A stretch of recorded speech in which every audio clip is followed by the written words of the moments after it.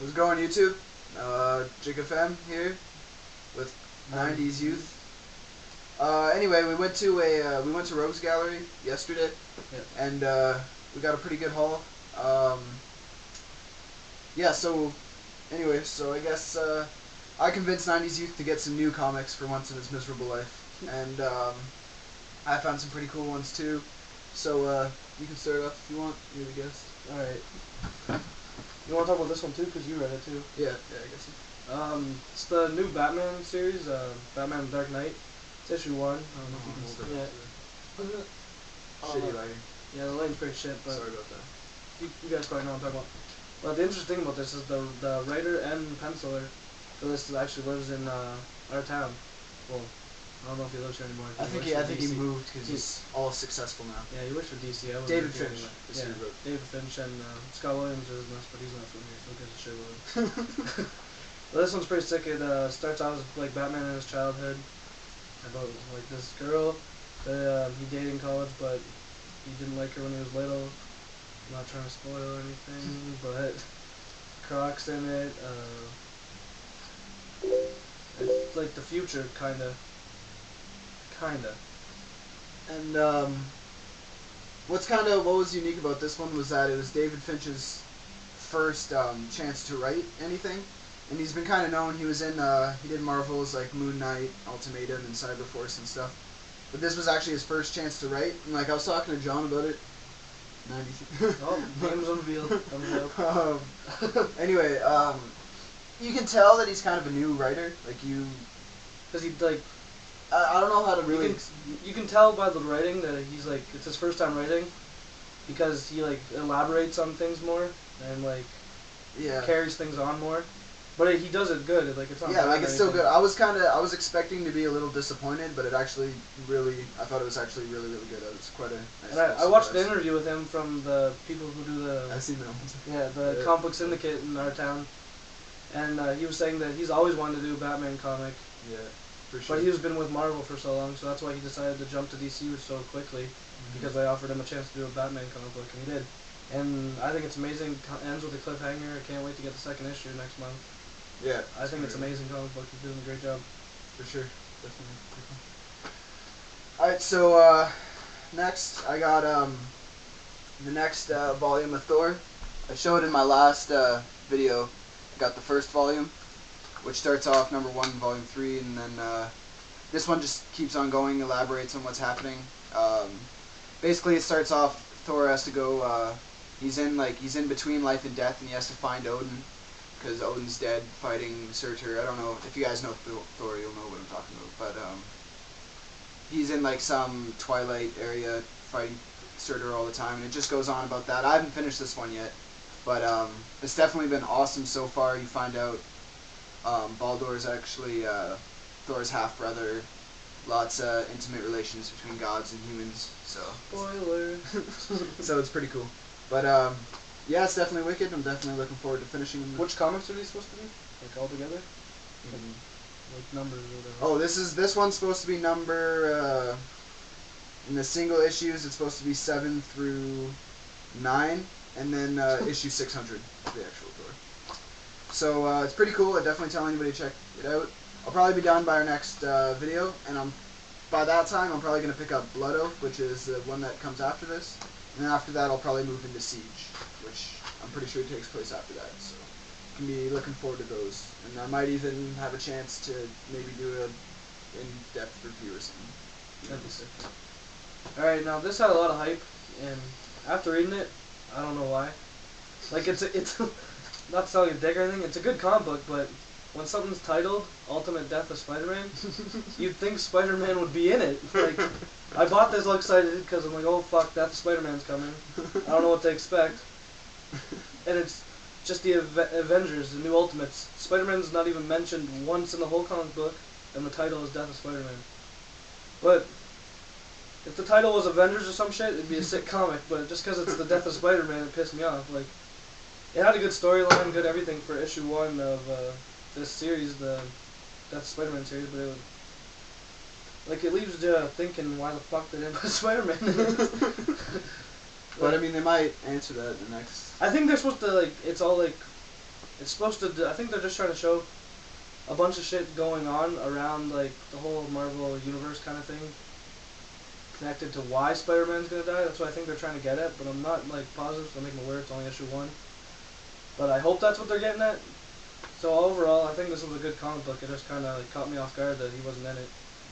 But altogether, all around, it was a good comic book. I'd check it out. You don't get pissed easy.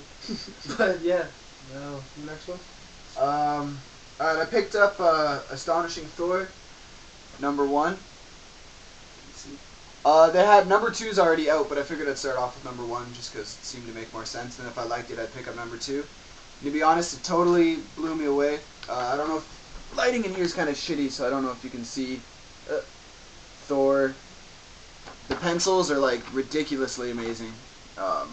This one's all about, there's this huge, I don't know what timeline this is supposed to fit into, because I don't really read that much new Thor, but there's like all these cataclysms going on Earth, like tidal waves and stuff, and then he has to try and put a stop to it. And Asgard is in ruins, and he ends up having to travel to the end of the solar system, and he confronts Ego, the living planet, this badass moon right there. And he meets the Stranger.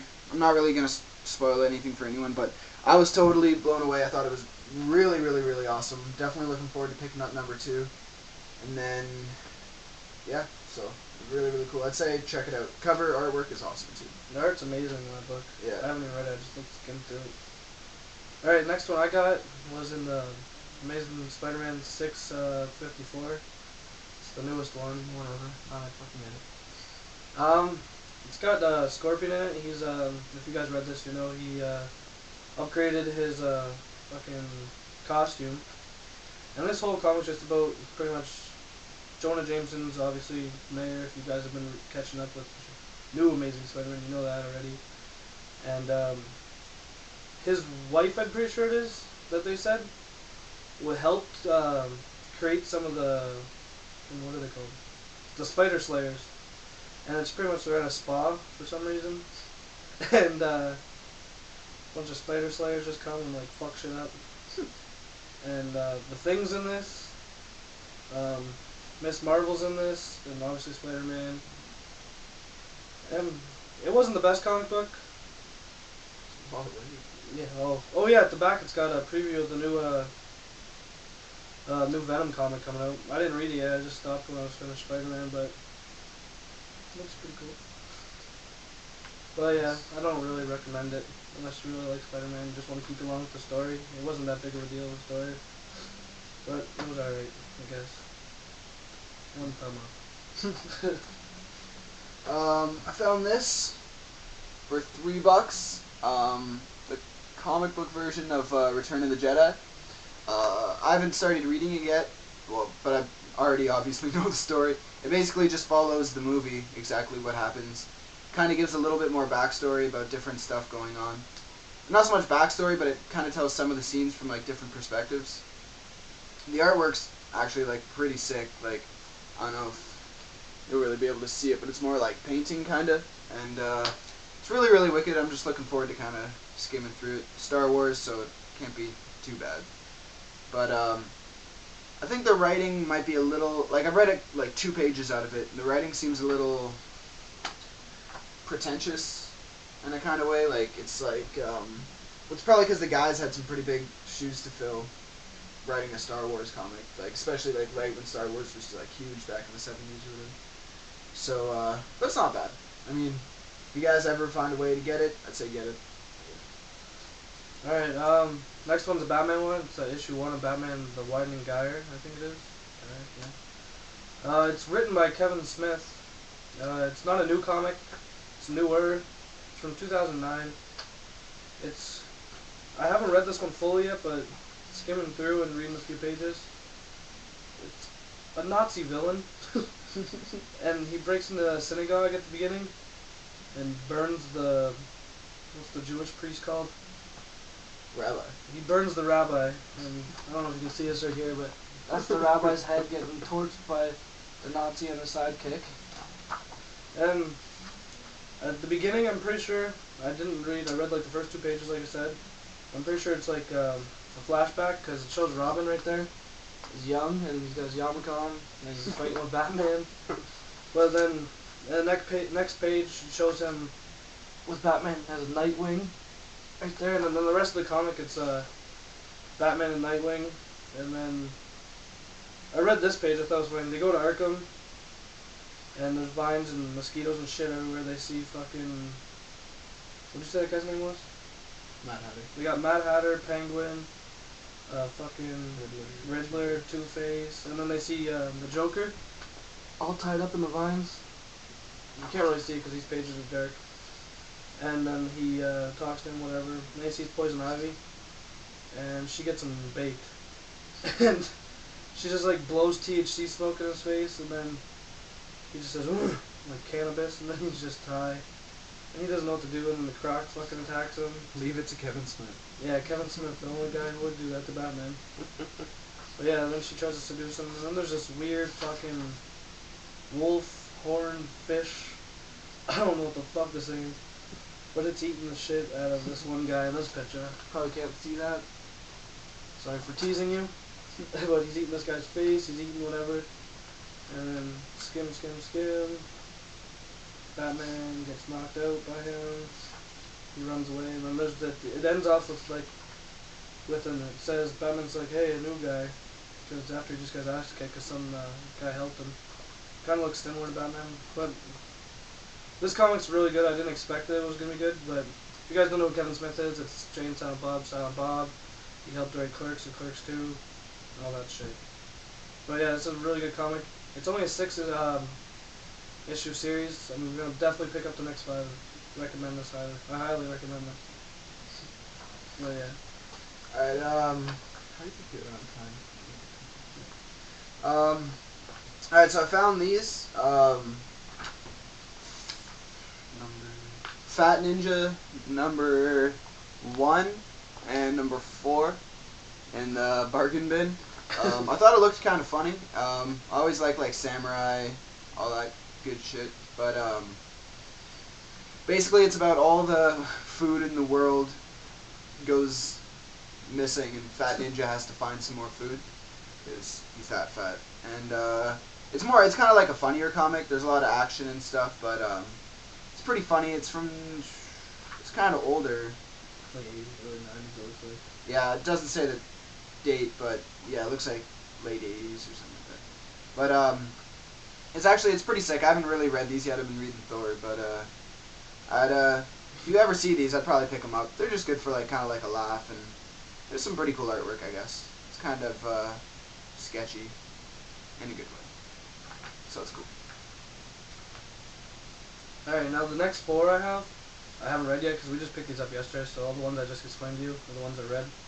But I picked up issue 9, 10, and 25 of Batman Legends of the Dark Knight. You've read the one issue of this before. Like, what's it like? Well, I picked up number 1 and another one. I forget the number, but one with Two-Face. And I thought it was actually wicked. Like, it's really dark and kind of gritty, like gruesome, even for like a Batman story. When did those come out? It's like 91, 92. Yeah. Around.